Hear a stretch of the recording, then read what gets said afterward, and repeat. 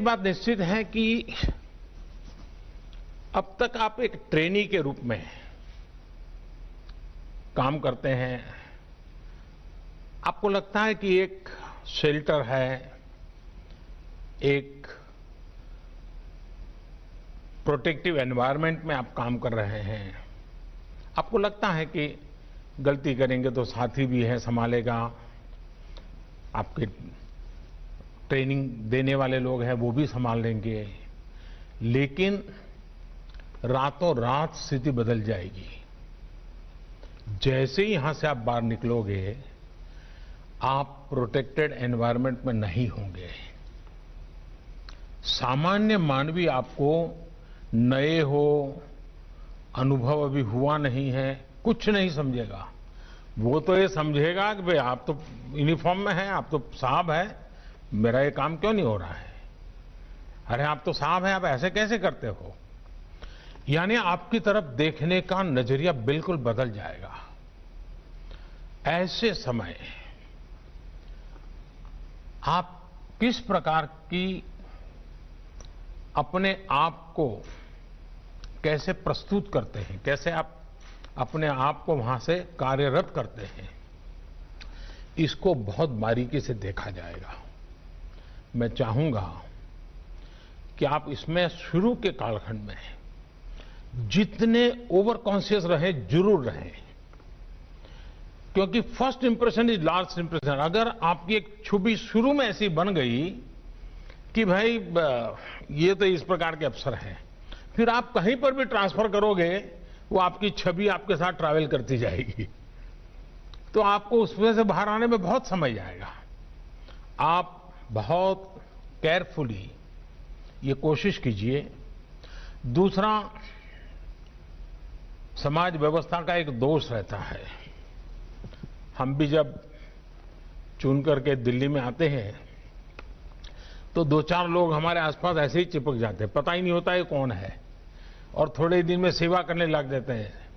साहब गाड़ी की जरूरत है तो बता देना, व्यवस्था कर दूंगा। पानी की जरूरत है तो बोलिए साहब ऐसा करो, अभी तो आपको खाना नहीं होगा, ये भवन का खाना अच्छा नहीं है, चलिए मैं नजदीक में यहाँ खाना है, मैं ले आऊं क्या? पता ही नहीं होता ये सेवादार कौन आ जाते हैं। आप भी जहां जाएंगे जरूर ऐसी एक टोली होगी जो शुरू में आपको भी जरूरत होती है कि नए हैं, इलाका नया है, और अगर उस चक्कर में फंस गए तो फिर निकलना बहुत मुश्किल हो जाएगा। आप कष्ट हो शुरू में तो कष्ट, नया इलाका है तो नया इलाका, अपनी आंखों से, अपने कान से, अपने दिमाग से चीजों को समझने का प्रयास कीजिए। शुरू में हो सके तो अपने कान को फिल्टर लगा दीजिए। आपको लीडरशिप में सक्सेस होना है तो शुरू में आपके कान को फिल्टर लगा दीजिए। मैं ये नहीं कहता हूं कान को ताला लगाइए, मैं फिल्टर लगाने के लिए कह रहा हूं। इससे क्या होगा कि जो जरूरी चीजें हैं, जो आपकी कैरियर के लिए, आपकी ड्यूटी के लिए, एक इंसान के नाते वो फिल्टर की हुई चीजें जब आपके दिमाग में जाएगी, आपको बहुत काम आएगी। सारा कूड़ा कचरा, वरना तो आप देखिए कोई भी जाता है तो लोग उसको एक डस्टबिन मान लेते हैं, और जितना बड़ा आदमी उतना बड़ा डस्टबिन मानते हैं, और कूड़ा कचरा फेंकते ही चले जाते हैं, और हम भी उस कूड़े कचरे को संपत्ति मान लेते हैं। हम अपने मन मंदिर को जितना साफ रखेंगे उतना फायदा होगा।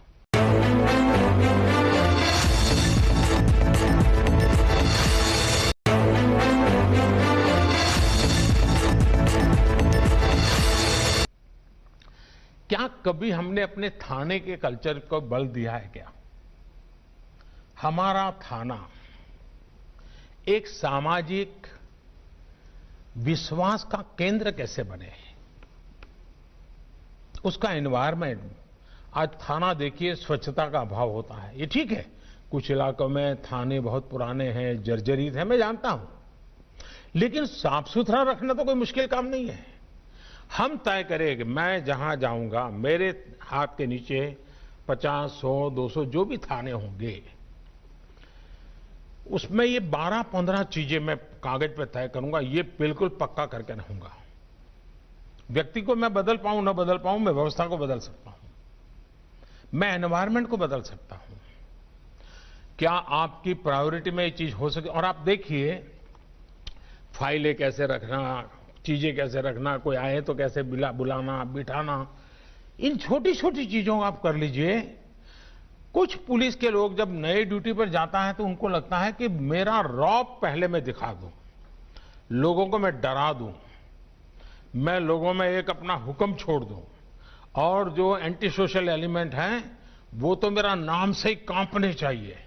ये जो सिंघम वाली फिल्में देख करके जो बड़े बनते हैं, उनके लिए दिमाग में भर जाता है, और उसके कारण करने वाले काम छूट जाते हैं। आपके हाथ के नीचे अगर 100 लोग, 200 लोग हैं, 500 लोग हैं, उनमें क्वालिटेटिव चेंज कैसे आए, फिर एक अच्छी टीम कैसे बने, आपकी सोच के अनुसार अच्छा आप देखिए, आपको देखने का तरीका बदल जाएगा।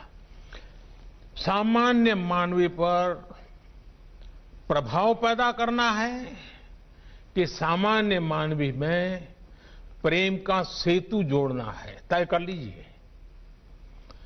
अगर आप प्रभाव पैदा करेंगे तो उसकी उम्र बहुत कम होती है, लेकिन प्रेम का सेतु जोड़ेंगे तो आप रिटायर्ड हो जाएंगे, तब भी जहां आपकी पहली ड्यूटी रही होगी वहां के लोग आपको याद करेंगे कि 20 साल पहले ऐसा एक नौजवान अफसर हमारे यहाँ आया था, भाषा तो नहीं जानता था, लेकिन जो उसका व्यवहार था लोगों के दिलों को जीत लिया था। आप एक बार जन सामान्य के दिल को जीत लेंगे, बदल जाएगा। एक पुलिसिंग में मान्यता है। मैं जब नया नया सीएम बना तो गुजरात में दिवाली के बाद नया साल होता है, तो हमारे यहाँ एक फंक्शन छोटा सा होता है जिसमें पुलिस के लोगों से दिवाली मिलन का कार्यक्रम होता है, और मुख्यमंत्री उसमें रेगुलर जाते हैं, मैं भी जाता हूं। जब मैं जाता था, पहले जो मुख्यमंत्री जाते थे वो जाकर के मंच पे बैठते थे और कुछ बोलते थे और शुभकामनाएं देके निकल जाते थे। मैं वहां जितने उनको मिलता था, तो मैं शुरू में जब गया तो वहां जो पुलिस के अधिकारी थे उन्होंने मुझे रोका, बोले साहब सबसे हाथ क्यों मिला रहे हैं आप, मत मिलाइए। अब उसमें कांस्टेबल भी होते थे, छोटे मोटे हर प्रकार के मुलाजिम होते, और करीब 100-150 का गैदरिंग होता था। मैंने कहा क्यों? अरे बोले साहब आपके तो हाथ ऐसे होते हैं कि आप हाथ मिलाते मिलाते तो शाम को आपका हाथ सूजन आ जाएगी और ट्रीटमेंट करनी पड़ेगी।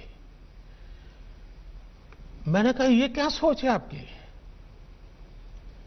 वो भी तो समझता है कि मैं जिससे मिल रहा हूं उसका हाथ बड़ा सामान्य है तो मैं उससे प्यार से मिलूंगा, लेकिन एक सोच पुलिस है मतलब ऐसा ही होगा, वो गाली बोलेगा, वो तू तू करेगा, फटकारेगा। ये कल्पना गलत है जी। इस कोरोना कालखंड के अंदर ये जो यूनिफॉर्म में बनी बनाई जो छवि है वो पुलिस रियल में नहीं है, वो भी एक इंसान है, वो भी अपनी ड्यूटी मानवता के हित के लिए कर रहा है। ये जन सामान्य में भरेगा हमारे अपने व्यवहार से। हम अपने व्यवहार से ये पूरा कैरेक्टर कैसे बदल सकते हैं। उसी प्रकार से मैंने देखा है कि आमतौर पर पॉलिटिकल लीडर्स और पुलिस का सबसे पहला मुकाबला हो जाता है, और जब यूनिफॉर्म में होता है तो उसको लगता है कि मैं ऐसा करूंगा तो मेरा बराबर जमेगा, और 5-50 ताली बजाने वाले तो मिल ही जाते हैं। हमें भूलना नहीं चाहिए कि हम एक डेमोक्रेटिक व्यवस्था में हैं। लोकतंत्र में दल कोई भी हो, जनप्रतिनिधि का एक बड़ा महत्व होता है। जनप्रतिनिधि का सम्मान मतलब मैं लोकतांत्रिक प्रक्रिया का सम्मान करता हूं।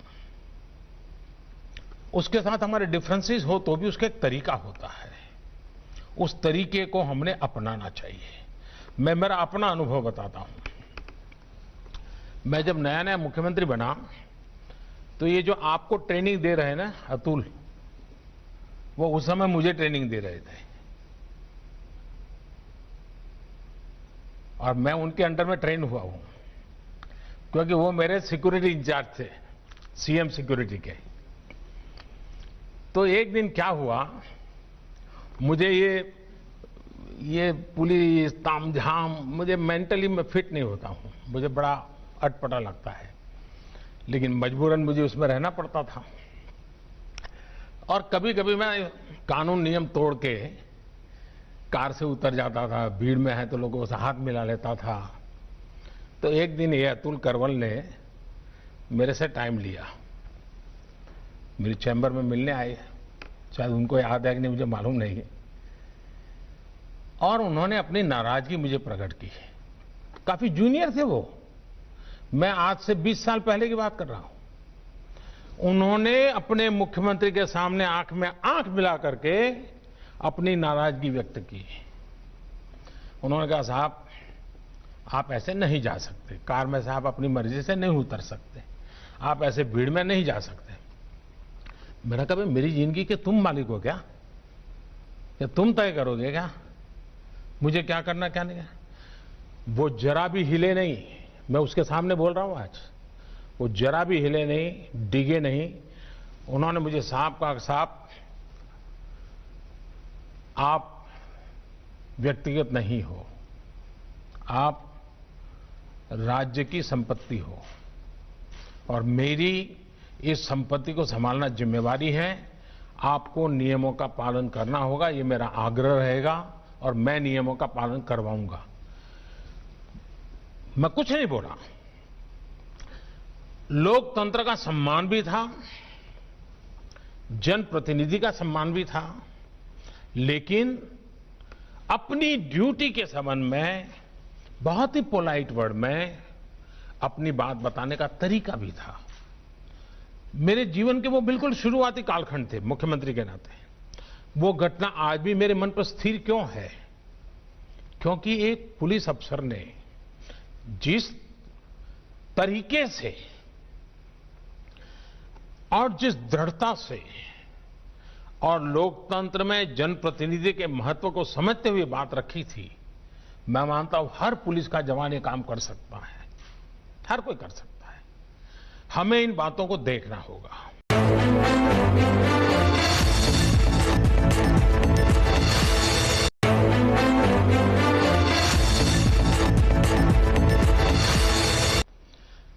देखिए, इन दिनों टेक्नोलॉजी ने बहुत बड़ी मदद की है। ज्यादातर हमें जो काम पहले हमारी कांस्टेबलरी लेवल की जो इंफॉर्मेशन होती थी, इंटेलिजेंस होती थी, उसी से पुलिसिंग का काम अच्छे ढंग से होता था।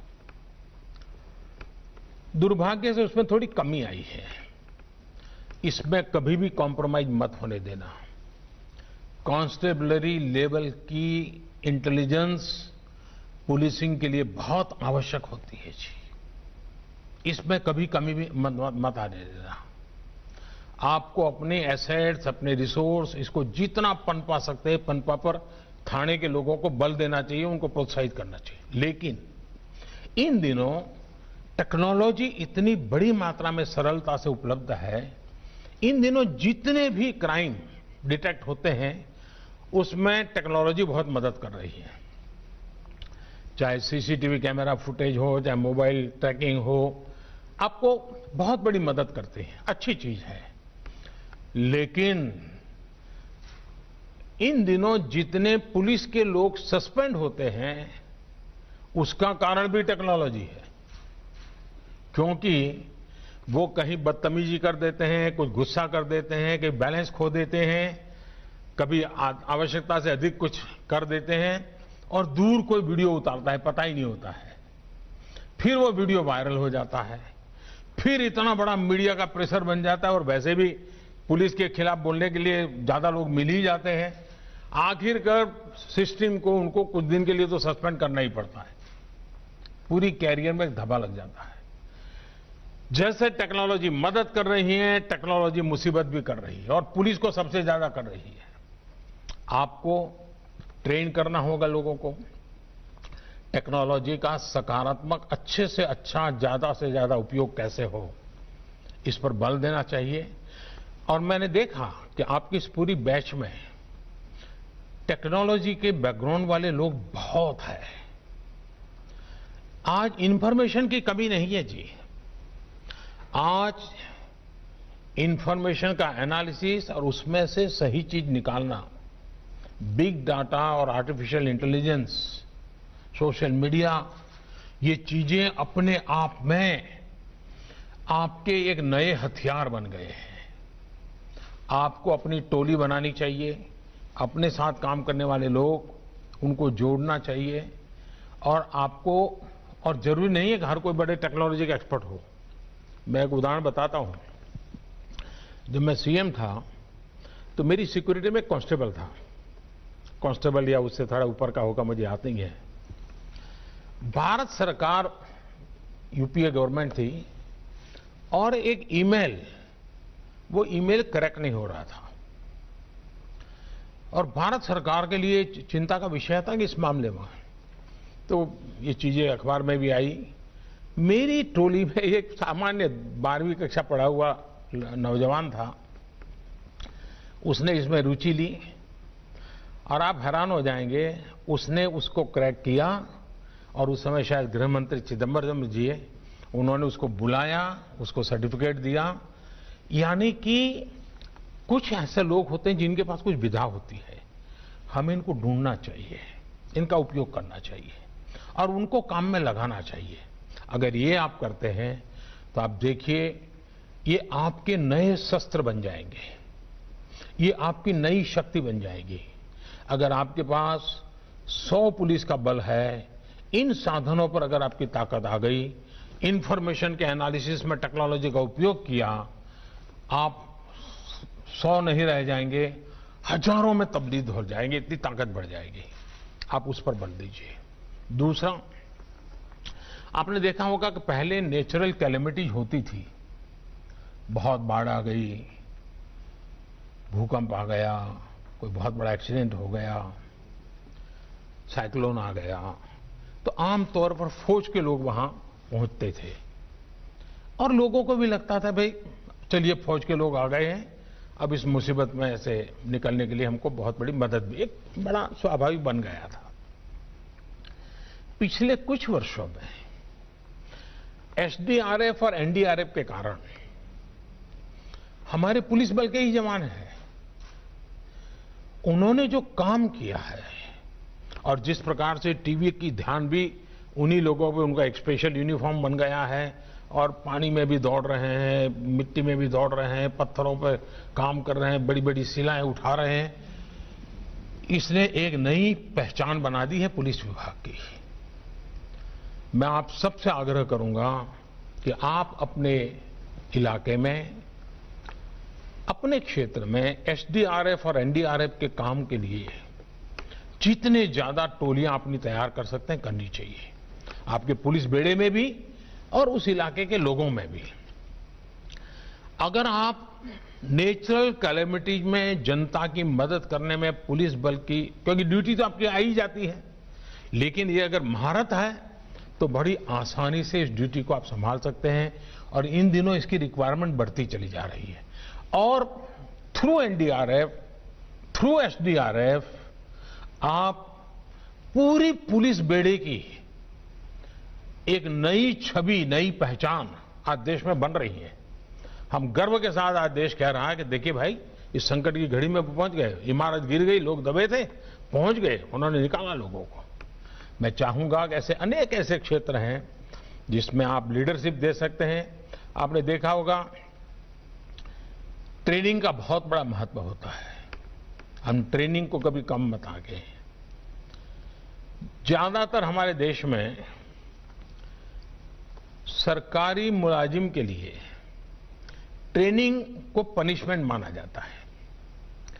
ट्रेनिंग यानी कोई निकम्मा अफसर होगा तो उसको ट्रेनिंग के काम में लगाया होगा, ऐसी इंप्रेशन बन जाती है। हमने ट्रेनिंग को इतना नीचे कर दिया है, वो हमारी सारी गुड गवर्नेंस की समस्याओं की जड़ में है और उसमें से हमको बाहर आना होगा। देखिए, मैं अतुल करवाल की दोबारा तारीफ करना चाहूंगा आज। अतुल को उसका वो भी टेक्नोलॉजी बैकग्राउंड के हैं, एवरेस्ट हो आए हैं, बड़े साहसिक हैं। उनके लिए पुलिस में कोई भी पद प्राप्त करना मैं नहीं मानता मुश्किल है, लेकिन आज से कुछ साल पहले भी उन्होंने हैदराबाद में ट्रेनिंग के काम को खुद ने चॉइस से लिया था और वहां आके काम किया था। इस बार भी उन्होंने खुद ने चॉइस से कहा कि मुझे तो ट्रेनिंग का काम दीजिए, और वो आज वहां आए हैं। इसकी बहुत बड़ी अहमियत होती है जी। मैं चाहूंगा कि इसको महत्व दिया जाए, और इसलिए भारत सरकार ने एक मिशन कर्मयोगी अभी 2 दिन पहले ही कैबिनेट ने उसको मंजूर किया है। हम बहुत बड़ी प्रतिष्ठा देना चाहते हैं इस ट्रेनिंग की एक्टिविटी को, एक मिशन कर्मयोगी के रूप में देना चाहते हैं।